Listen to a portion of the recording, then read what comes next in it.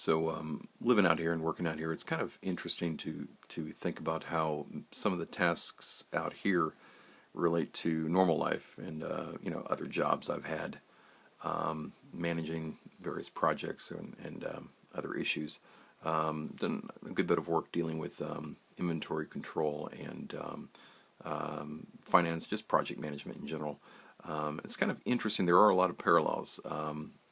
One of the issues that I keep looking at very specifically is burn rates, and basically that's kind of looking at how often do you use a thing up, basically. How quickly do you use something?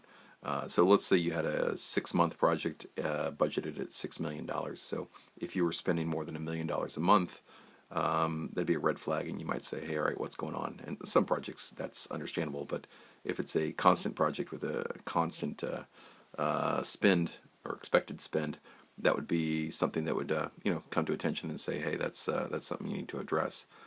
What's your burn rate? So in inventory management, you could actually look at things like how often do you use all the supplies in your inventory? What's your turn rate, or how many turns in a year? That kind of thing. What is your economic order quantity? How do you save money by ordering the right volume of items? Now, a lot of that doesn't apply specifically or exactly out here because there is no resupply. It's just how quickly do you burn through your existing supplies. And I paid attention to that, obviously, before I left town. I would do things like if you open a can of coffee, you write down the date that you opened it. And then, a couple weeks later, you're like, okay, it took 3.5 weeks to use a can of coffee. You could, you do that on like toothpaste or toilet paper or whatever, any kind of supply. I think a lot of people don't even know how long they use a tube of toothpaste. You just kind of grab another one when you're done. Out here, I need to be a little bit more careful because if I run out, then I'm just out, and we can't have that.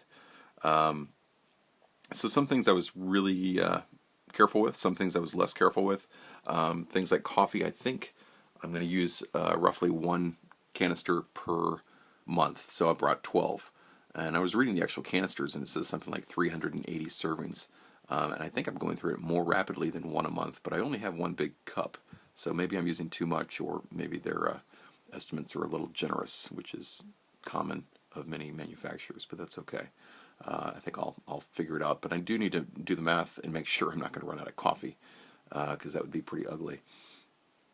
Looking at toilet paper, I realized that, let's see, I probably need 1 roll every 2 weeks. It's probably going to be different out here because things are just different here. But I've already lost some in the transportation because it got destroyed. But I think I'm okay there. Obviously, the most important thing that I can't run out of is food. So I did count I counted calories, 1.5 million per year. But I need to actually look at the buckets and make sure I'm not going through it more rapidly than I thought. I guess it's like the strictest diet ever because if I want to cheat and eat more rice or beans than I want to, I simply can't. I can't cheat because I will run out of stuff. I think I'm actually okay. I brought extra, I think, but who knows? Let's see what else. I'm also looking at like the goats and or rather the goat and the dog and their food. And the dog food, I brought 50 pounds per month. So one big 50-pound bucket bag would go into about 2.5 buckets, 5-gallon buckets. So it's about 13 gallons for 50 pounds. And Wilson's been eating about 2 buckets per month, maybe a little bit less.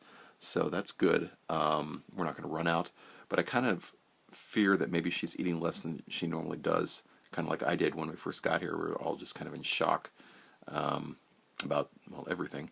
But I mean, I ate a lot less food than I normally would, and I think she may have, but I need to make sure I at least keep her on 50 pounds a month. Right now, we're actually ahead of the game, so that's good. The goat is doing great. I am feeding him from the buckets. I think he's now on his 2nd bucket, and his bucket was a little more dense than dog food, so I'd get about 2 buckets per 50 pounds. And again, I brought 600 pounds for him as well. Sorry, I've got bugs in here. But anyway, it's just kind of an interesting thing to look at. With the goat, I'm actually, I tie him up in a different place every day, and he eats everything. Today I caught him gnawing on my 2x4s.